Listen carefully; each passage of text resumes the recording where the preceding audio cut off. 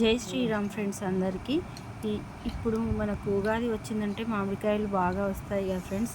అలా పండక్కి తెచ్చిన మామిడికాయల్లో మేము కొన్ని పచ్చడి పెట్టడానికి ప్రిపేర్ చేస్తున్నాము. అది ఎలా మీకు చూపిద్దాం అనుకుంటున్నాను. ఒక 4 కాయలకు ఒక 100 గ్రాముల ఎల్లిపాయలు, పచ్చళ్ళకు ఇవి పికిల్స్ ఉప్పు అని అంటారు కదా ఫ్రెండ్స్, అది పెడితే బాగుంటుంది అని చెప్పేసి అది తీసుకున్నాను. ఓన్లీ ఇది ఆవమాడకాయ ఫ్రెండ్స్, అందుకని ఒక 3 స్పూన్ల ఆవాలు, 1 స్పూన్ జీలకర్ర మెంతుల పొడి, 150 గ్రాముల ఉప్పు, 100 గ్రాముల కారానికి కలిపి మిక్సీకి పట్టి పెట్టుకోవాలి ఫ్రెండ్స్. అలా పెట్టుకున్న తర్వాత మామిడికాయలను ముక్కలుగా కోసి పెట్టుకొని నూనె, ఒక 100 గ్రాముల నూనె పడుతుంది ఫ్రెండ్స్. 100 గ్రాముల నూనెను పోపులో వేసుకొని మనం తీసుకున్న ఎల్లిపాయలు సగం దంచి సగం ఏమో అలానే కలిపి వేయాలి. ఆ పోపులో కారం వేసి కలుపుకున్న తర్వాత మిక్స్ చేసిన తర్వాత మనం ముక్కలుగా కోసి పెట్టుకున్న ముక్కల్ని అందులో వేయాలి. అందుకన్నా ముందుగా మిరాన్ని మంచిగా కలపాలి ఫ్రెండ్స్.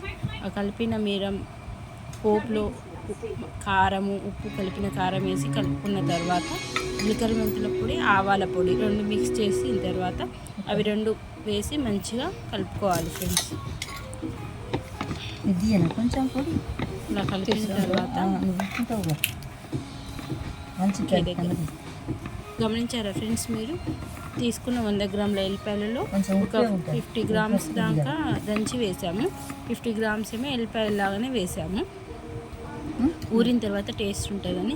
ఇది ఎందుకు తీసామో తెలుసా ఫ్రెండ్స్, ఇది పుల్లగా మామిడికాయ వేసిన తర్వాత పుల్లగా నీరు వచ్చి ఊరుతుంది కదా ఫ్రెండ్స్. అలాగంటే మిరం అనేది కొంచెం టేస్ట్ ఎక్కువగా ఉంటుంది, అందుకోసం అని చెప్పేసి అది తీసాము.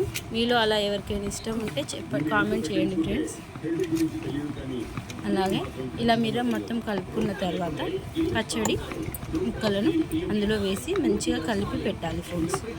మళ్ళీ ఇంకొకసారి చెప్తున్నాను, ఈ 4 కాయలకు 100 గ్రాముల కారానికి 150 గ్రాముల ఉప్పు ఫ్రెండ్స్. మామూలుగా అయితే అయోడైజ్డ్ సాల్ట్ అయితే 100 గ్రాములు ఫ్రెండ్స్. ఇది పచ్చళ్ళ ఉప్పు కాబట్టి 150 గ్రాములు. 100 గ్రాముల ఎల్లిపాయలు, ఆవాలు 2 స్పూన్లకు ఎక్కువనే ఉన్నాయి ఫ్రెండ్స్. 3 స్పూన్లకు తక్కువ, 2 స్పూన్లకు ఎక్కువ. మెంతి పొడి 1 స్పూన్ ఫ్రెండ్స్. అంతే. ఇలానే పచ్చడి బాగుంది ఫ్రెండ్. ఇలా కలుపుకుంటే బాగుంటుంది ఫ్రెండ్స్. కొత్త పచ్చడి కదా ఫ్రెండ్స్, అందరికీ బాగా నచ్చుతుంది. ఇంకా మీరు కూడా ఇలా పెట్టుకోవాలని నేను మీకు వీడియోలో చూపిస్తున్నాను. పెట్టుకోండి ఫ్రెండ్స్.